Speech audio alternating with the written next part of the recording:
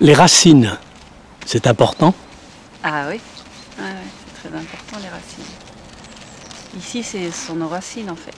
La maison de Saint-Père et tous les alentours, ouais, c'est le berceau familial. C'est important de revenir toujours à une maison, à quelque chose qui pose des racines. Quand on fait un métier comme le mien, on est toujours par monts et par vaux.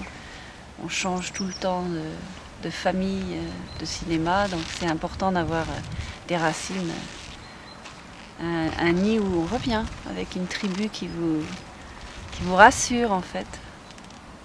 Alors votre tribu, votre nid, c'est Vézelay, Saint-Père, Givry, Le Morvan, Lyon? Oui, ouais. Au départ c'est Saint-Père, mais par mon mariage avec Christophe, on habite maintenant à Givry, et puis on a des oncles et des tantes à Tarroiseau, Saint-Moré, à Saint-Père aussi, c'est une tribu. Donc vous faites partie, on peut le dire, de la tribu des Flandins. Oui. Donc Flandin, il y a Étienne, il y a Pierre-Étienne qui Voilà. fut l'homme politique le plus connu, Voilà. et il y a Paul Flandin. Voilà, l'oncle de ma maman que j'ai connu, oui, qui a été une figure aussi du coin. Voilà. Ouais, c'est un peu ma famille. Et alors qu'est-ce que ça évoque pour vous, les Flandins? En dehors de l'aspect familial, est-ce que Flandin, c'est un nom qui résonne? Est-ce que c'est extérieur à vous? C'est un peu plus vague parce que c'est au-dessus de moi, c'est quelques cousins, une cousine qui reste encore, mais ça évoque pas vraiment. Je sais que ce sont mes ancêtres et mes cousins, mais ça évoque un peu pour moi la région, des figures politiques du coin, mais je connais pas je suis pas très impliquée, j'ai pas été très impliquée dans tout ça, mais c'est ça que ça m'évoque. Je suis plus un peu à la génération la mienne, donc plus les Béras et les Decaux qui sont sympas. Voilà. Decaux. Voilà. Donc en fait, il y a vraiment un métissage, un brassage, puisqu'il y a des souches normandes, Voilà. alsaciennes, toulousaines. Oui. Je suis un mélange de tout ça. Et parisien. Alors vous êtes né où? Oh, moi je suis née en Allemagne, mais en Allemagne un petit peu par hasard, parce que mon père était officier il faisait son service militaire à Coblence, donc ma maman est allée le voir et je suis née là-bas. Et après on est revenu en France, donc c'est un peu le hasard Coblence. Alors votre jeunesse, vous l'avez passée dans la Vallonnée? En fait, je l'ai passée. On a beaucoup déménagé entre Paris, la région parisienne, Annecy, Grenoble, par là, Alvar. Mais en fait, Saint-Père était toujours le lieu de vacances. Donc tous les étés, à Pâques, réunion de famille à Pâques. À partir d'avril, la maison ouvrait et on y restait toutes les petites vacances. On venait à Saint-Père avec nos cousins. Et en particulier, maman a une sœur jumelle, donc j'avais non seulement 2 sœurs, mais en plus 2 frères et une autre sœur, de par cette gémellité qui fait qu'on était tout le temps ensemble. Donc c'est une grande famille, vous faites partie d'une grande famille? Oui, une grande famille. Les descendants de mon grand-père de Caux sont quand même 21 petits cousins. Donc ça fait quelque chose. Hein. Pendant un moment, on était 6 familles à Saint-Père, et puis après, bon, les autres, chacun a acheté sa maison, et puis maman est restée dans celle-ci. Voilà, comme on est resté à Saint-Père. Sa sœur à la maison d'à côté, son autre sœur est à Tarroiseau, enfin ça s'éloigne pas trop. Et la maison familiale se trouve à côté de l'Espérance? Voilà, absolument. Dans le jardin. Alors, comment avez-vous tracé votre sillon avant d'entreprendre des études d'architecture à Paris? Vous avez été touché par la grâce très tôt, ou est-ce que ce sont je crois une qu'on est suite deux à avoir été touchés par la grâce. C'est mon cousin Philippe Daune, qui était justement le fils de la sœur jumelle de maman et moi. On a commencé très tôt à faire des petits spectacles dans le garage de marionnettes. Alors lui, c'est un acteur né, qui n'est malheureusement pas acteur, il est chirurgien, mais c'est pas mal non plus, mais je crois que son grand rêve c'était d'être acteur. Et puis moi je faisais tout ce qu'il y a derrière, parce que j'étais incapable de parler devant la caméra, ou devant le public, donc je faisais tout ce qui est derrière, les décors, les costumes. Puis on a fait après des fausses kermesses, donc on a fait pareil, on invitait, on faisait des jeux, on a fait après des spectacles dans chaque mariage, fiançailles, il y avait toujours un petit spectacle où Philippe faisait l'acteur et puis il entraînait la troupe de cousins à faire les acteurs et moi je faisais un petit peu je me cachais derrière eux avec mes décors, voilà, donc ça remonte assez loin je crois cette histoire. Et après vous vous déguisiez petite fille, oui, avec les cousins, c'était les grands jeux. Ah oui, on est des greniers de déguisement et on n'a pas arrêté, on continue hein, parce qu'à mon mariage ils se sont tous déguisés. Moi j'ai fait un décor Bollywood, on s'est tous la soirée était entièrement indienne, on a mis tout le monde en costume. Et voilà, et donc on a cette culture du déguisement, de la fête en famille depuis toujours. Alors donc vous avez été touché par la grâce et vous avez décidé que vous entreprendriez des études d'architecte. En fait, c'est pas vraiment ça, j'ai raté mon bac à 1 point et j'ai été promue pour aller faire des études de médecine à Montpellier, pour faire comme mon arrière-grand-père, ce que je n'ai pas fait du coup, ou aussi pour faire comme mon cousin qui allait faire médecine. Et en fait, j'ai raté le bac à 1 point, et je crois que c'est encore un signe du ciel qu'il fallait pas que j'aille faire médecine. Ça vous a sauvé, quoi. Ça m'a sauvé, et ensuite j'avais toute une bande de copains d'Annecy, on était tous au pensionnat, ils allaient tous faire archi, donc j'ai suivi. Et je suis allée faire archi à Paris. Avec eux, on était toute une bande de copains à l'école spéciale d'archi. Et puis au bout de 3 ans d'archi, je me suis rendu compte, en allant sur un tournage, qui n'était pas du tout mon milieu, le cinéma, que les gens étaient en train de faire ce que j'avais fait depuis toute petite, c'est-à-dire du bricolage, mettre des éléments derrière les acteurs. Enfin, ils faisaient ce que je savais faire, donc c'est rentré d'un seul coup dans ma tête. Et à la sortie de mes études, eh ben, je suis allée... dans cette voie du cinéma en démarrant par la petite porte avec mon diplôme en poche, mais en restant humble, sans parler trop de ce que je savais faire, parce que c'était un monde d'hommes, un peu macho. Donc, ça l'est toujours. Oui, un peu, oui. Oui, mais on est pas mal de filles. Il y a de plus en plus d'assistants filles. Moi, quand j'ai commencé, il n'y en avait pas beaucoup des filles.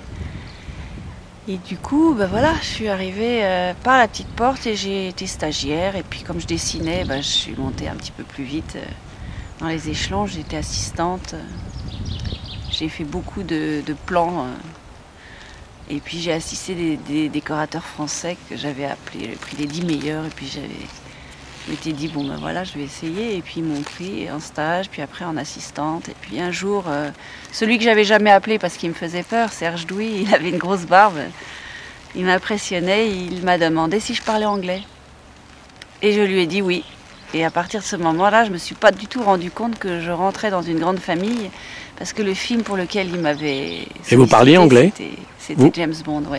Ah oui, mais vous parliez anglais ou... parlais anglais, vous parliez anglais, oui. Je parlais anglais de l'école, mais en même temps, j'avais eu un prof assez strict, un curé qui m'avait dit je vous embête, mais un jour vous vous souviendrez de moi parce que vous parleriez bien anglais. Et en fait, c'était vrai, parce que j'avais fait que 3 ans d'anglais, mais avec une base très sérieuse de grammaire, ce qui fait qu'après, il ne restait plus qu'à peaufiner le vocabulaire. Donc 007 d'entrée, vous? D'entrée, et après j'ai continué parce que la jeune femme qui était un peu mon miroir, parce que c'était comme ça dans les équipes qui venaient à Paris, cette jeune fille, Gilly Aziz, est devenue mon amie. Donc on a fait ensuite ensemble un autre James Bond au Maroc. Après on a fait ensemble plusieurs films anglo-saxons. Et je suis devenue petit à petit la personne qu'il fallait appeler quand on voulait faire un film anglais, américain, australien, japonais, où la langue anglaise était demandée. Pour la déco, j'étais appelée souvent comme ça. Donc j'ai fait plein de films à Paris ou dans les pays qui parlaient anglais ou français, avec les Américains et les Anglais. Voilà. Est-ce que les Anglais, les Américains n'ont pas de bons décorateurs ou de directeurs artistiques? Si, ils sont excellents, parce que c'est avec eux que j'ai appris, parce que j'étais assistante, moi, dans toutes ces... C'est-à-dire, j'étais leur assistant. Vous avez appris sur le tas, en quelque sorte, voilà, par l'expérience. Voilà. Avec une bonne boîte à outils dans la poche, puisque je parlais l'anglais et je savais dessiner, j'étais architecte, donc ça donne des bases sérieuses. Et donc je suis rentrée dans cet univers et j'ai travaillé avec des décorateurs exceptionnels qui m'ont amené à faire des films comme Le Mas de Fer avec Anthony Pratt, qui est un décorateur anglais formidable. Après, j'ai travaillé avec Ed Vero, qui avait créé le personnage d'E.T. comme illustrateur. Après, j'ai fait la rencontre du décorateur de Spielberg pour Munich. Là, c'est mon mentor, c'est un monsieur que j'aime beaucoup et qui me conseille toujours depuis, qui s'appelle Rick Carter. Et il est spécialiste de tous les films de Spielberg et de Zemeckis, et il a fait Avatar aussi, pour lequel il a été récompensé l'année dernière. Et c'est quelqu'un qui m'a appris tout. Il est à la fois, c'est un peintre fabuleux, c'est un homme humain, comme on n'en fait plus.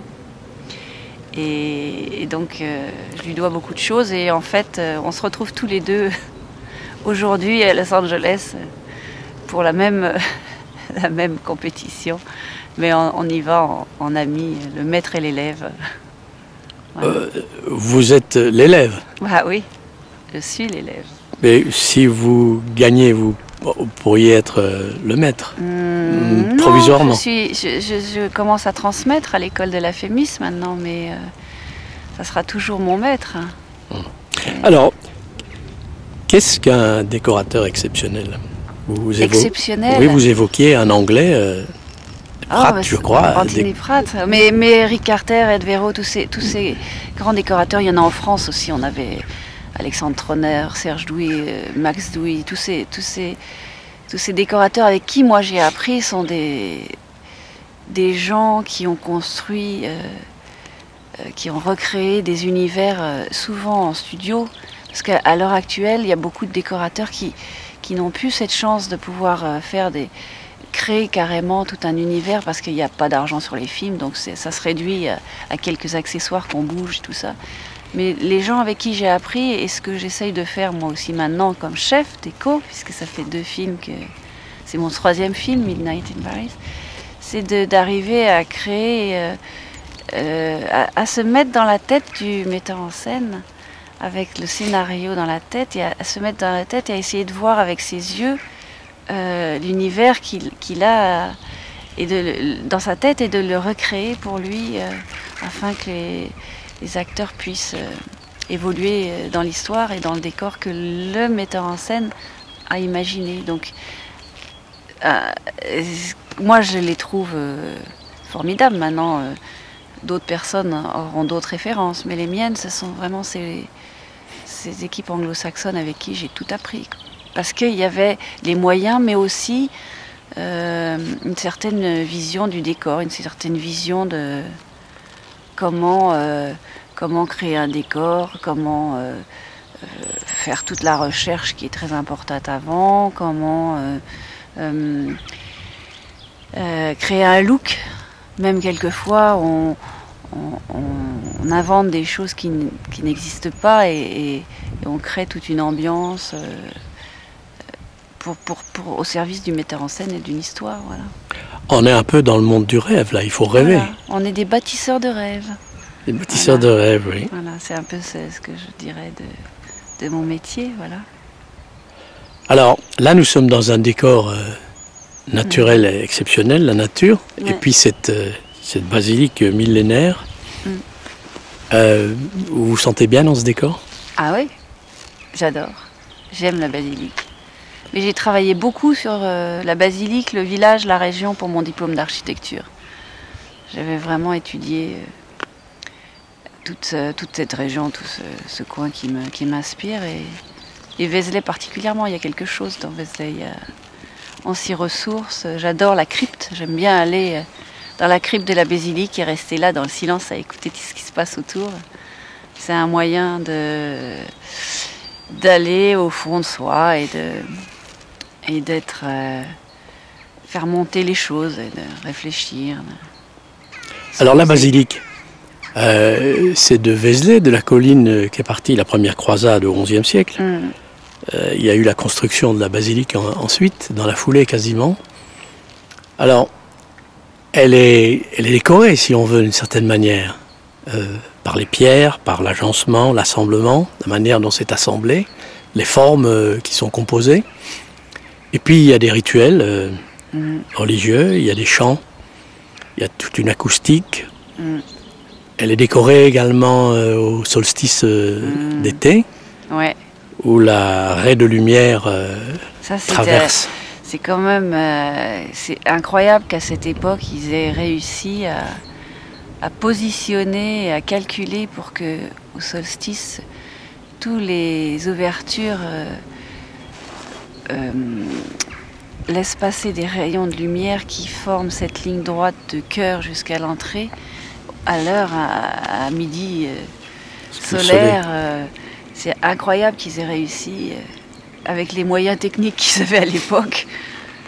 Et toute cette symbolique, parce qu'il n'y a pas que ça, il y a plein de choses. À certains moments de l'année, il y a des personnages, Saint-Jean qui va être éclairé, au solstice d'hiver, c'est un autre éclairage. Enfin, tout ça, c'est très calculé. On se demande comment ils ont fait. Et c'est ça la magie de Vézelay aussi.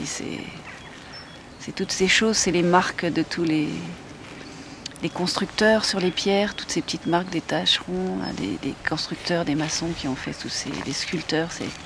Il y a plein de choses dans cette église. Tout est symbolique en plus.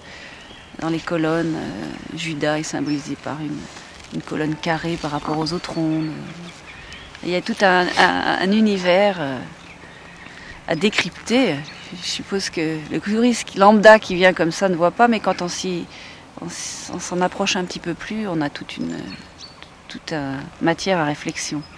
Alors un des derniers à avoir décoré, j'emploie le terme à dessein évidemment. Viollet-le-Duc oui, non, je n'irai pas jusque-là, mais plus récemment. Ah. Un événement assez exceptionnel. À l'époque où Gainsbourg était à l'Espérance, est venu terminer sa vie pendant 6 mois. Mais c'est Rostropovitch. Ah, ouais. Et ce concert exceptionnel avec prise, enregistrement, c'est une manière de décorer, donc par la musique. Ah oui. Même si elle n'est pas... ça fait vivre, ça résonne. Oui. Alors, vous, là, vous avez carte blanche. Comment vous décorez, enfin, sans profaner évidemment, mais je veux dire, Vézelay, est-ce qu'on peut faire quelque chose? Est-ce qu'on pourrait faire quelque chose? Ça vous donne des idées? On pourrait faire un film. On pourrait créer une histoire qui se raconte à Vézelay. Et utiliser l'église, les petites rues, les petits chemins, tout ce qui s'y trouve, et faire quelque chose d'assez mystérieux, une histoire mystérieuse. J'y ai pensé avec mon mari, on y avait pensé. Il avait écrit une histoire et on pourrait la faire vivre encore comme ça. Ça a été fait de temps en temps, il y a des films qui viennent ici. Moi je me souviens de Mon oncle Benjamin avec Brel. J'étais petite, hein, mais je me souviens, ça m'avait marqué. Et pourtant à l'époque je voulais pas faire de cinéma. Et ça m'avait marqué, mais moi je crois que oui, on pourrait inventer une belle histoire et garder la magie de Vézelay telle qu'elle. Alors pour décorer, pour créer, pour rêver ou faire rêver, vous avez besoin du texte du réalisateur, en fait du metteur en scène, ou bien est-ce que vous seriez capable de dire, ben voilà, si l'histoire se passe ici, eh bien voilà, on va faire ça de telle et telle manière, tel et tel type de lumière, tel type de forme, tel type de... Ça fait partie du travail, ça. Mais moi pour l'instant, j'ai travaillé avec le support d'histoire qu'on m'a donné. Mais c'est vrai qu'on peut s'en inventer des histoires et on peut aussi, juste par l'image, parce que je suis quand même quelqu'un qui aime la photo et la lumière. Et j'en ai fait beaucoup des photos de cette basilique, de Saint-Père, du village, des petites rues, des détails. Oui, on pourrait inventer toute une histoire juste avec des images, sans...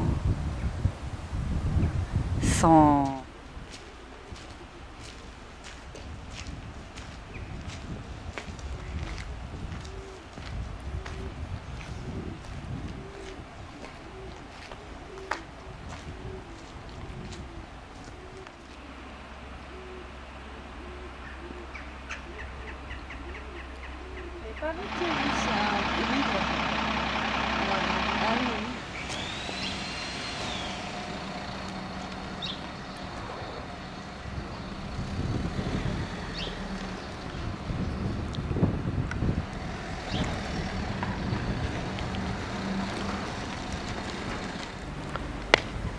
Donc vous figurez parmi les 5 nominés. Oui. Dans la catégorie décoration. Décoration ou direction artistique? Oui, ça s'appelle direction artistique si vous voulez. Oui, sur le site officiel, c'est ce qui est indiqué. Ouais. Ça fait mieux. Ouais. Et quelle est la différence entre directeur artistique et décoration ou décoratrice ou décorateur? Mais c'est qu'une question de terme, parce que c'est le même métier en fait. En anglais, on dit production designer. C'est pour ça que directeur artistique, c'est celui qui s'occupe de tout le visuel du film. Donc on peut peut-être différencier le décorateur dans le sens où... en fait, je sais pas, c'est compliqué à expliquer. Je crois que moi, c'est lié au terme français ou anglais. En français, on dit chef décorateur, donc il est aussi directeur artistique si on le considère comme anglais, s'il était anglais. Donc en fait, c'est juste la personne qui crée le visuel du film et qui met ce qui est dans l'histoire en volume et en comment dire, qui crée l'univers dans lequel les personnages vont évoluer. Et donc la différence peut-être avec un décorateur dans la vie normale, hein, pas dans le cinéma, c'est pas tout à fait le même. C'est pas tout à fait le même métier, mais en même temps, ça a des liens quand même. On crée aussi des univers pour des particuliers, pour chez soi. On mélange les objets, on fait des combinaisons de couleurs, de matières. Je pense que c'est un peu la même chose, à la différence que donc dans le cinéma, on est au service d'une histoire. En fait, c'est en fantasme tout le temps, quoi. Ouais. Ça. Ouais. Mais il vous faut des points d'appui, des fils conducteurs. Oui, il en faut, ouais. Oui, il en faut quand même. Mais on peut aussi avoir une histoire écrite pour le film et décider, nous, ce que j'ai fait avec Woody Allen, il va y avoir une scène qui se passe dans un appartement dans les années 20 et puis moi je vais trouver un lieu qui est absolument incroyable, qui peut servir... C'était une soirée chez Fitzgerald et c'était écrit étant chez lui. Et moi j'ai trouvé un lieu qui est le musée des Arts Forains à Paris et qui est fabuleux. Et j'ai emmené Woody Allen en repérage là-dedans et il a dit oh, let me think about it. Et il est revenu le lendemain matin et il m'a dit on va changer le script et on va faire la partie dans le musée en disant que Fitzgerald l'a organisé dans cet endroit un petit peu magique. Et donc j'ai par une idée comme ça de lieu qui me plaisait, réussi à transformer la vision de Woody Allen pour faire cette scène dans un autre endroit que celui qu'il avait écrit. Mais tous les metteurs en scène ou réalisateurs ne sont peut-être pas aussi plastiques que Woody Allen. Vous n'aviez jamais travaillé avec lui avant? Non, jamais. Non. Et comment il vous a contacté? Comment ça s'est passé? Il vous a donné carte blanche ou... Non, il ne m'a pas contacté. En fait, il tournait en France. Donc, il a cette particularité de toujours aller dans un pays où on le finance et où le scénario se passe d'ailleurs. C'est pas forcément une question d'argent. Et il prend l'équipe dans ce pays. Et il a un budget particulier pour chaque film, c'est 10 millions de dollars. Et il choisit un décorateur et une équipe dans ce pays. Et moi, ce qui s'est passé, c'est que le producteur, Raphaël Benoliel, je le connaissais, il m'a proposé ce projet, de participer à ce projet. Donc il y a eu un casting parce qu'il fallait qu'il présente d'autres décorateurs. Et donc je suis allée, je me suis préparée avec les conseils de Rick Carter à rencontrer la sœur de Woody Allen et la productrice Hélène Robin pour ce casting. Donc j'ai fait mon casting et quelques jours après, Raphaël m'a appelé un dimanche en me disant écoute Anne, je suis désolée mais Alors je me suis dit, zut, ça y est, je l'ai pas. Et il m'a dit, je suis désolée, mais il faut que tu annules tes vacances. Et en fait, je l'avais. Et du coup, voilà, donc c'est comme ça que j'ai été embauchée. Et à partir de ce moment-là, je savais que Woody arriverait 5 semaines avant le tournage. Mais comme je voulais un peu parler avec lui, je suis allée à New York où j'avais un film que j'avais fait, road movie, un film indien qui était au festival à New York. Donc j'en ai profité pour demander si éventuellement il aurait du temps. Et on m'a demandé si éventuellement j'aimerais venir le voir. Et c'est comme ça que je l'ai rencontré. Et on a passé 1 heure ensemble où on a parlé du scénario, de ce qu'il voulait faire. Et j'avais envoyé des photos de lieux. Et on a parlé à partir de ça. Vous connaissez Wesley Parker? Imaginez, regardez, c'est quand même joli pour faire un...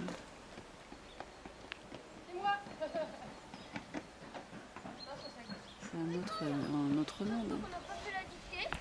Il y a une maison aussi qui était... Il n'y a pas besoin de son sac.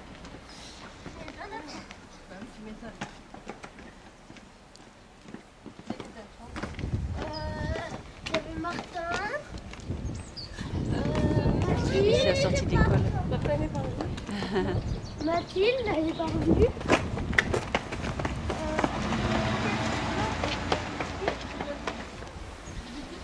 Donc Midnight in Paris, vous avez été sélectionné, vous avez remporté, je ne sais pas si on dit comme ça, le casting. Voilà, oui.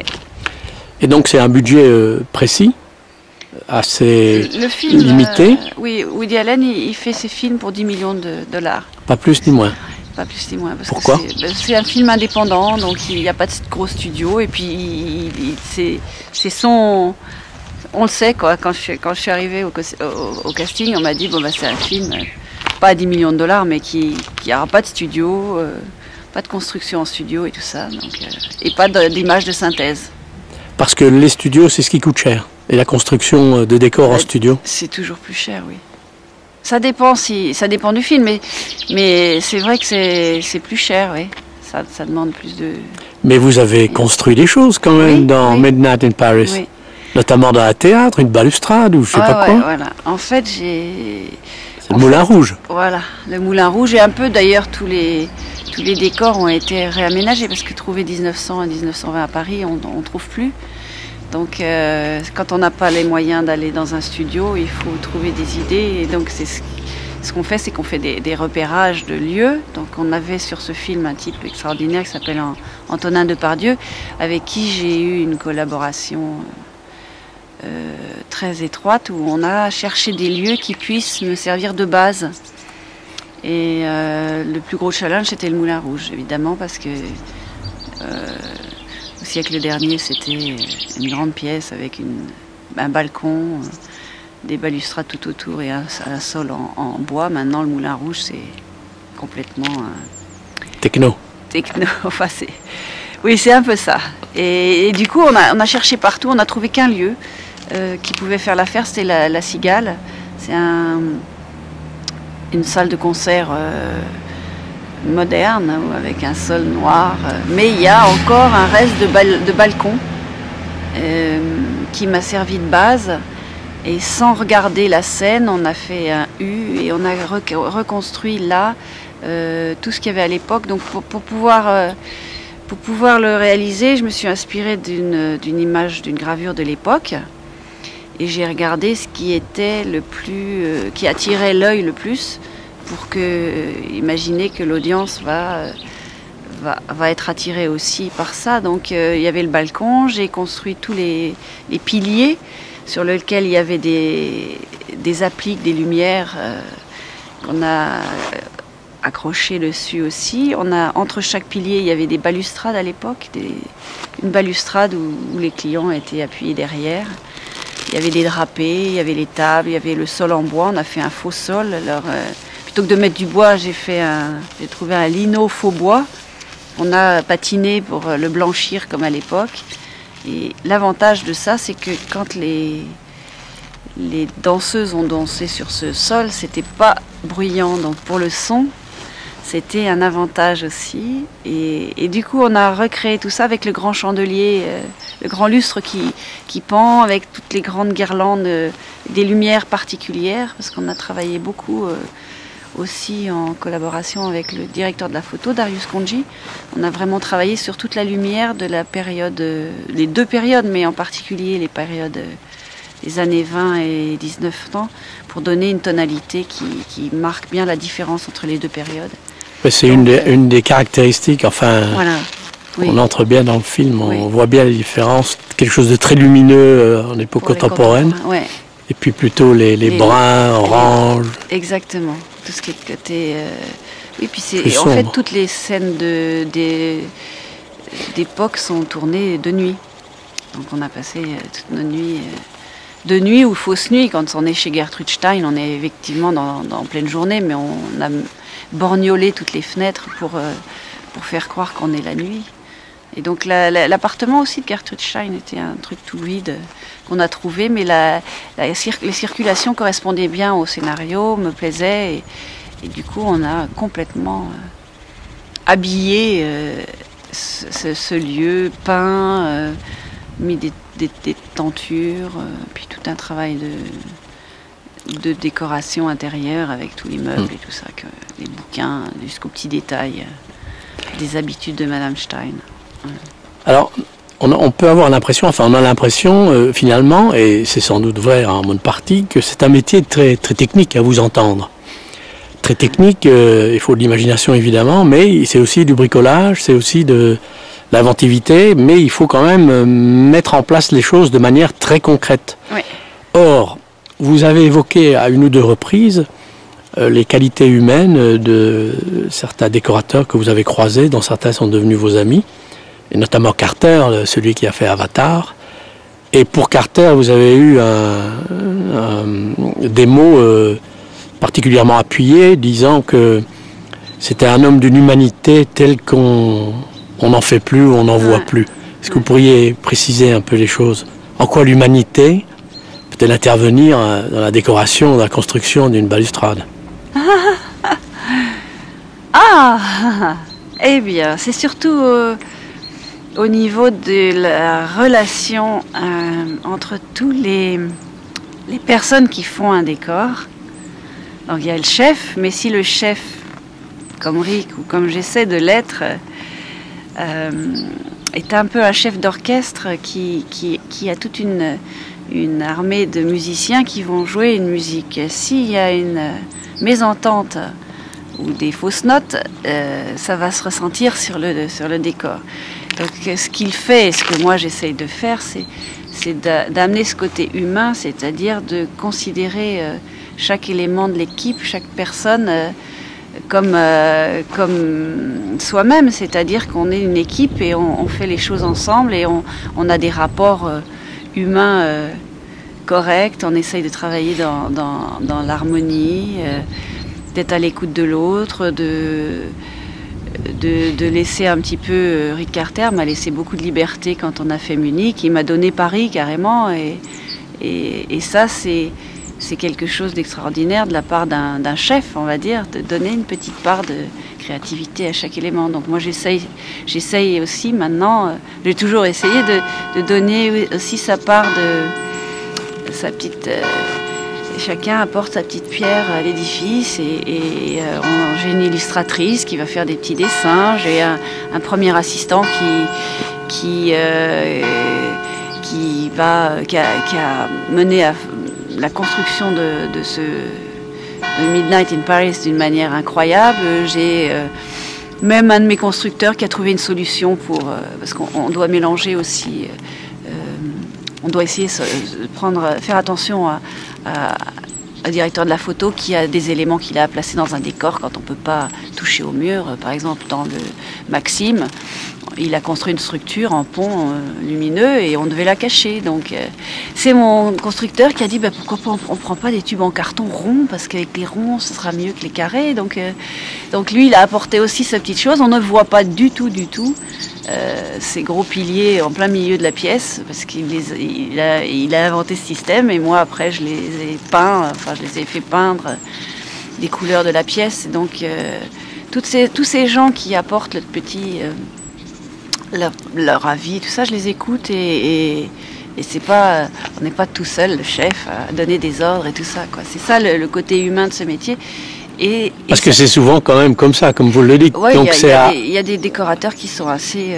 directifs. Voilà. Alors il faut l'être, il faut arriver à être le chef, à arriver à mener... Avoir l'autorité, quoi. Il faut avoir l'autorité, se faire respecter et en même temps essayer de donner à chacun... Ouais. Mais comment est-ce qu'on a l'autorité? C'est quelque chose qu'on porte en soi? C'est quelque chose de naturel ou ça s'apprend? Parce que ça pourrait être du coaching finalement ou du management humain, comme on dit aujourd'hui. Puis souvent c'est à côté de la plaque. Ouais. Ah non, je sais pas. Je sais pas. Il y a une manière de dire les choses aussi. Puis alors quelquefois, il y a des moments où on se laisse aller quand même, on pète un câble ou parce qu'on est énervé ou quelque chose n'est pas bien fait. Ce qui peut faire du bien aussi. Ça peut faire du bien. Et puis quelquefois, on a des mauvaises surprises, on prend des éléments qu'on ne connaissait pas bien et qui vous perturbent un peu l'organisation. À ce moment-là, il faut prendre sur soi parce qu'on est le chef, donc on est obligé d'aller jusqu'au bout. Et on ne retravaille pas avec ces personnes, mais on assume jusqu'au bout. Certaines choses, ça arrive. Le cinéma est-il un milieu aussi dur qu'on veut bien le dire, ou qu'on peut le lire? C'est dur à quel niveau pour... C'est un peu la jungle, c'est le chacun pour soi, c'est comme dans la vie aujourd'hui un petit peu, quoi. Ouais, c'est pas... Déshumanisation. Ouais, c'est un peu comme ça. Mais moi j'ai eu la chance de travailler avec des gens, c'est peut-être une question de choix, mais j'ai de la chance de travailler avec des équipes ou avec des gens où j'ai pas ce problème. Mais les seules fois où ça m'est arrivé, j'ai quitté le film, je pouvais plus. C'était des séries, j'avais fait une série en France comme ça il y a assez longtemps. C'est la seule fois où j'ai quitté le film parce que c'était pas possible, quoi. Mais je crois c'est dur, mais en même temps, quel métier n'est pas difficile? On a quand même beaucoup de chance. Moi, j'ai beaucoup de chance. Je fais ce que je veux. Je fais jamais la même chose. Je vis dans des pays différents. Je rencontre des gens incroyables. J'apprends tous les jours. C'est très enrichissant. Vous avez été directrice artistique ou décoratrice, on va dire, dans un road movie d'Indien. Ouais. Qu'est-ce qu'on peut bien mettre en scène dans le désert? Parce que ça se passe beaucoup. Il y a pas mal de plans en plein désert, quoi. Ça, avec cette espèce, je ne l'ai pas vu, non. J'ai vu un extrait, j'ai vu le trailer. D'accord. Alors, Road avec Movie, cette camionnette bariolée. Road Movie, c'est un film que j'aime. D'abord, j'adore l'Inde, mais c'est un film qui m'a été offert par le producteur de Marie-Antoinette. Et l'idée, c'est une histoire de cinéma, en fait. Cette camionnette dont vous parlez, c'est un camion itinérant dans lequel il y a un cinéma. Il y a des projecteurs. Et l'histoire... c'est ce camion qui est voué à aller dans un musée parce que le cinéma dans lequel il était... Le propriétaire a vendu son cinéma, donc il va mettre son camion dans un musée. Et le trajet du camion... Depuis la ville jusqu'au musée au bord de la mer, c'est un chemin initiatique d'un jeune homme qui est tout dans le modernisme et tout ça, et qui part sur cette route pour emporter ce camion pour l'ami de son père, et qui se trouve dans des situations qui le mènent à penser. Donc il y a le problème de l'eau en Inde, il y a le problème d'être soi-même, de retrouver ce qu'on a vraiment à l'intérieur de soi. Et donc ça, ce film était formidable pour ça. Donc la plupart des décors sont des décors construits. Il y a le désert, oui, mais il y a le petit bar au milieu du désert, qui est un daba, qui a été entièrement reconstruit. Il était tellement bien fait que les gens se sont arrêtés. Donc moi qui ne suis pas indienne, je me suis dit, il est beau. Il y a plein de choses. Le camion a été construit, donc ça m'a permis de faire toute une étude sur tous les camions fabuleux qu'il y a en Inde, qui se trimballent avec les décorations, toutes les symboles de horn. Il y a plein de choses intéressantes. Et puis, tous les univers intérieurs. Et en fait, mon bagage européen, transposé dans un film indien, a donné quelque chose qui a plu. Et le directeur de la photo était aussi français, donc nous étions 2 Français sur un film entièrement indien. Et ça donnait, je crois, ces couleurs et cette magie qui a fait que ce petit film a bien fonctionné et que j'aime beaucoup. Oui, essayez de me joindre. Très intéressant. Ouais. Et tu voulais me dire quelque chose?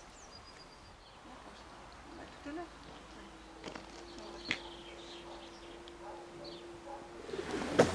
On a tourné des scènes de mon oncle Benjamin dans cette maison. Ouais, quand j'étais petite, je me souviens qu'ils avaient tourné une scène dans cette maison-là. Il y avait un petit comédien, je me souviens même de son nom, Dominique de Quechel, il s'appelait. On jouait avec lui, il devait avoir 12 ans. Puis il y a la Grande Vadrouille aussi qu'ils ont fait ici. Oui, la Grande Vadrouille, c'est Pierre Pertuis. Oui, puis là, il y a aussi un truc. Et vous n'avez pas quelqu'un, un membre de votre famille, qui a participé, enfin qui a conçu le pont, le fameux pont C'est l'arrière-grand-père, ouais. L'arrière-grand-père. Ouais, il était ingénieur des ponts. Et il a fait le grand pont Pierre Pertuis et puis le marché couvert d'Avalon. Et son nom Decaux? Ah non, il n'est pas Decaux, lui, il est Béra. Ah oui, Béra, vous me l'avez dit, oui. Béra. Donc lui, c'est la branche normande. Alors, non, la branche normande, c'est Decaux. Béra, c'est à Saint-Père. C'est le nom de mon arrière-grand-mère qui avait épousé Henri Béra. Et elle, c'était une Poisson. Alors, faut m'en demander beaucoup, là. J'ai une tante qui peut tout vous dire. C'est une grande famille. Voilà.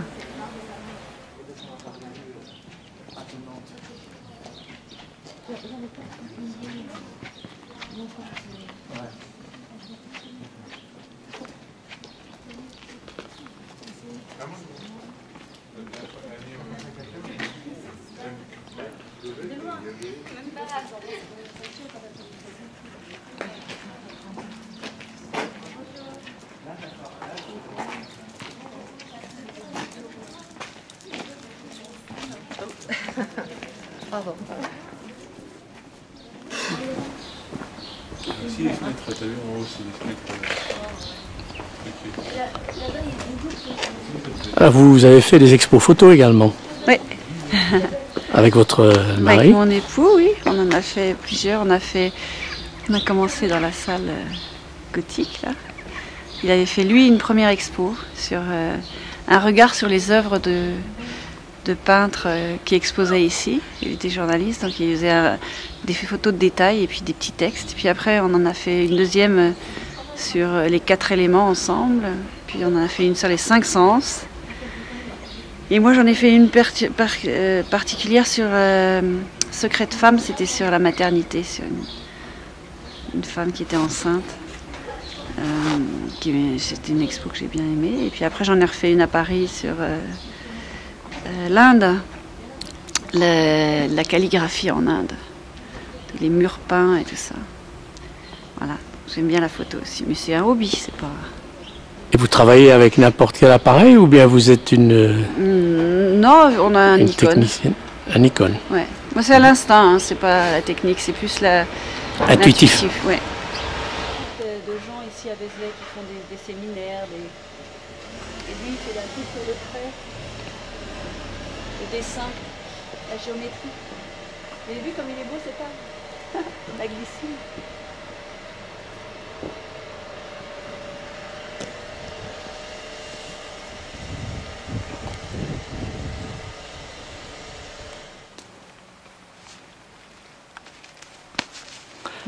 Alors quand même, c'est la première fois que vous êtes nominé. Oui, ça c'est un honneur. Oui, les Oscars quand même aux États-Unis, c'est pas rien. Oui, c'est pas rien, oui. J'avais du mal à s'imaginer ce que c'est en fait. Vous êtes 5. Oui. Vous connaissez les 4 autres bien? J'ai Eric Carter, qui est nominé pour le film de Spielberg. Dante Ferretti, qui est un décorateur de talent sur Hugo Cabret. Et il y a le décorateur de The Artist que je ne connaissais pas, mais qui est charmant, je l'ai rencontré. Un Américain aussi. Et puis il y a le décorateur de Harry Potter, Stuart Craig, qui a aussi un talent immense, quoi. Ce sont vraiment, j'ai quatre hommes de talent. 4 hommes et une femme. Voilà. Oui, alors dites-moi, vous vous considérez un peu comme une intruse ou bien vous avez votre place parmi les 5? Ah bon, non, je suis pas une intruse, mais c'est... le film de Woody Allen, il cartonne, quoi. C'est vraiment un film qui marche bien, mais c'est un petit film par rapport aux autres, parce qu'il a pas d'image de synthèse, il est fabriqué dans la tradition, sans artifice, sans technologie. Mais voilà, on verra. Alors, c'est déjà bien d'être nominé. Oui. Si vous essayez d'être objectif, ce qui est évidemment par définition difficile, vous l'attribueriez à qui, cet Oscar de la direction artistique? Vous allez me dire à votre ami Carter. Oui, mais au niveau des pronostics, Rick et moi, on se disait que c'était Dante Ferretti il est en train de rafler tous les... il y a un tel travail sur son film. Mais voilà, mais bon, en même temps, il y a 6000 personnes qui votent, dont un tiers de comédiens, on ne sait pas. Il y a 6000 personnes qui votent? Oui, c'est la profession, il y a un tiers de comédiens, et voilà, quoi. S'ils ont un coup de cœur pour Midnight in Paris, j'aurai la chance de monter sur l'estrade, sinon c'est pas grave, le principal c'est de participer.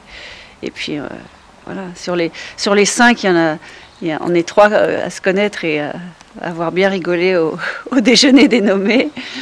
Les 2 autres, je les connais. Alors donc le film, pour vous, le mieux placé, enfin le film et le chef décorateur le mieux placé? Oui, à mon avis, c'est Dante Ferretti, oui. D'accord. Ensuite? Je ne sais pas, c'est difficile. Et en fait, tous les films sont... Stuart Craig, c'est le 5e Harry Potter, donc comme c'est le dernier de la série, il a peut-être... les décors sont fabuleux, donc je sais pas... Mais ils sont connus, quoi. On n'est pas surpris. Non, mais c'est vrai, Hugo Cabret, on est surpris. Et puis, le film de Spielberg est magnifique. Il est magnifique, je l'ai vu avec Rick il n'y a pas très longtemps. Il est magnifique aussi, quoi. Mais c'est autre chose. C'est autre chose. Mais je sais pas. Hein. Et vous y croyez un petit peu quand même? Parce que vous faites j'ai une profil chance sur bas. 5. Une sur 5, oui. J'ai une chance sur 5. C'est vrai, on ne peut pas dire le contraire. Voilà, Rick m'a dit, tu vas voir, quand ils disent les 5 nominés sont, alors tu vois ta tête, ton nom et tout. Puis après, quand ils disent et le winner is, il y a un blanc. Il y a un silence, et là, à l'intérieur de toi, tu peux te dire je suis un des 5. Il faut apprécier ce moment, et après, bon, c'est pas... Alors, franchement, vous ne pensez pas que The Artist va vous faire de l'ombre? Je veux dire, est-ce que les Américains peuvent couronner du Jardin, le réalisateur d'Artist, plus une autre petite Française, de Vézelay en plus? Ah, je sais pas ça, parce que eux, ils m'ont pas... Ils sont même pas réalisés que je suis là. L'artiste, ils sont dans une vague complètement de succès incroyable, quoi. À ce point-là, aux États-Unis, c'est la première fois que Woody Allen cartonne. Oui, je parlais des The Artists. Ah, The Artists, pardon.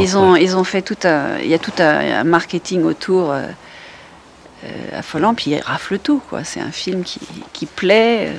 Et Woody Allen, il plaît beaucoup aussi. Hein. Vraiment, il plaît à tout le monde. Moi, on m'a dit plusieurs fois... J'ai mon petit badge avec Midnight in Paris, ils m'ont dit on adore ce film, on l'a vu 5 fois, on l'a acheté pour Noël, pour nos amis. Voilà, mais bon, après c'est... Ça, on ne sait pas, c'est comme les Césars. C'est pas facile de... On ne sait pas. C'est pas truqué, je pense. C'est pas truqué. 6000 votes, c'est difficile, oui. Ouais. Vous allez rester là-bas un petit peu ou oui, je vais rester une semaine. Une semaine. Pour rencontrer des gens, parce que malgré tout, le fait d'être nominé, c'est aussi bien que de l'avoir pour la reconnaissance par rapport à son métier. Donc j'ai des rendez-vous plein de rendez-vous avec des gens qui veulent me rencontrer, peut-être travailler ensemble, mais j'aimerais bien rencontrer des metteurs en scène avec lesquels je pourrais travailler. Donc il faut que je recherche la liste de ce qui me plairait. Est-ce qu'il y a quelque chose que vous n'avez jamais fait dans le domaine de la décoration et que vous voudriez vraiment faire? Moi, j'aimerais bien faire des films comme les films de Tim Burton ou le baron Munchausen, des choses où on a une totale le délire liberté, absolu. le délire absolu, oui. Et là, on peut vraiment inventer, quoi, sortir tout ce qu'on a en soi, créatif. Quand on vous regarde et quand on vous écoute, on se dit, c'est quelqu'un d'aussi raisonnable, terre à terre, on n'imagine pas délirer.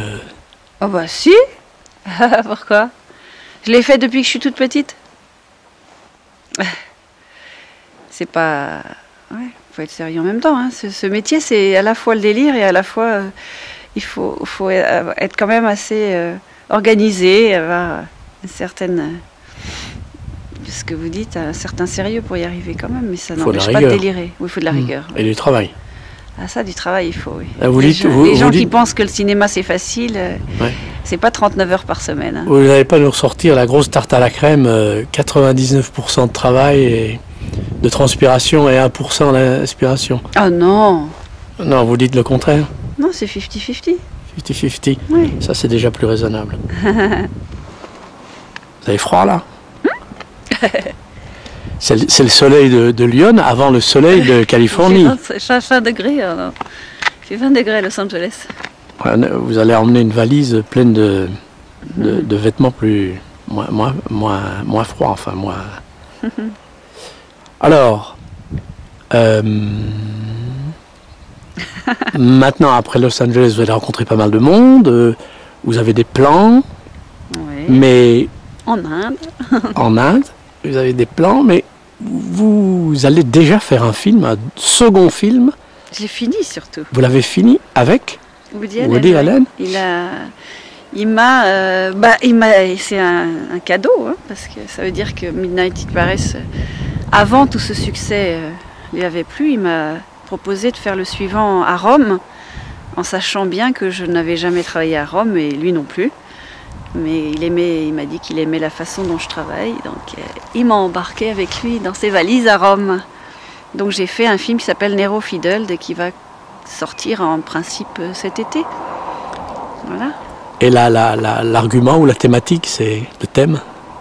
C'est toujours une comédie romantique, mais située à Rome. Donc je pense que c'est aussi une lettre d'amour à Rome, comme il l'a fait pour Paris. Mais je crois qu'il aime Paris, beaucoup plus que Rome. Mais il a apprécié Rome, au final, je crois aussi. Mais ça va être un film très drôle et très sexy. C'est pas du tout un film d'époque, c'est un film contemporain. Mais... Alors là, qu'est-ce que vous avez décoré? Qu'est-ce que vous avez créé? Oh, plein de choses, mais j'ai pas vraiment le droit d'en parler. Ah, alors n'en parlez pas. Eh non. Excusez-moi. Vous le découvrirez. Je ne savais pas. Non, mais... Oui. On doit garder le secret pour... Bien sûr. Mais un détail... il y a une très très belle femme. Penelope Cruz. Ah, d'accord. Et Benigni et Woody Allen jouent dans le film aussi. Donc on va avec son saxo? Il joue sans son saxo, non? Non, c'est amusant, c'est très amusant. Alors dites-nous maintenant, sans révéler de secret, Woody Allen, vous ne le connaissiez pas, vous l'avez côtoyé, vous avez travaillé avec lui. Est-ce qu'il correspond à l'image qu'en donnent les médias d'une manière générale, ou est-ce que c'est vraiment quelqu'un d'autre? Qu'est-ce qu'ils en donnent d'une manière générale? Parce que... toujours les mêmes thèmes, une nostalgie, un humour juif new-yorkais bien particulier. J'ai pas vu ça. Il a de l'humour. Il a beaucoup d'humour. C'est quelqu'un de très discret, il parle pas beaucoup. De temps en temps, il va sortir une petite blague, un petit trait d'humour. C'est très intéressant, mais il n'est pas très expansif. On a une relation. Pour moi, c'est une légende, c'est un maître. J'ai beaucoup de respect pour lui. Et de temps en temps, je le titille. Je lui demande s'il aime ce que je fais ou pas, parce qu'il est pas très. Il est avare de compliments. Mais en même temps, Je crois que les plus beaux compliments de sa part, c'est de me reprendre sur un film. Et j'espère en faire d'autres avec lui. Et pourquoi ça a collé, selon vous, entre vous? Une forme d'histoire d'amour, finalement. Peut-être. Et il aime sans doute... Parce qu'il est fidèle. Oui, il est fidèle. Donc il doit trouver dans ma façon de travailler des choses qui le rassurent, qui lui plaisent. Voilà, il m'a donné il m'a offert un livre à la fin du film italien en me disant que je l'avais à nouveau gâté et que c'était formidable. Donc voilà. Donc je pense qu'il est content. Est-ce que vous allez l'amener à Saint-Père, qu'on voit au fond, là, derrière vous? Saint-Père qui est en quelque sorte votre terroir, votre terrier, la maison familiale, la maison de l'enfance, des greniers, des déguisements, des piécettes. Je vais au moins amener ses films et parler de lui, mais je ne suis pas sûre qu'il se déplace jusqu'à Vézelay. C'est quelqu'un qui est très famille et qui... On n'est pas... c'est pas un pote qu'on emmène comme ça. Mais un coup de saxo dans la basilique, quand même, ce serait exceptionnel. C'est le genre de choses qui le ferait bouger, le saxo. Il est formidable. Je ne sais pas si vous l'avez vu sur scène, mais je suis allée le voir au Grand Rex. Il est formidable. Puis c'est sa vie, il adore ça, ça se voit. Quel âge a-t-il maintenant? Il a 76 ans. Ah oui. Bien, eh bien, bon vol, et puis peu importe finalement que vous soyez, que vous décrochiez l'Oscar. Ah oui. Oui. Merci. Bon film. Merci.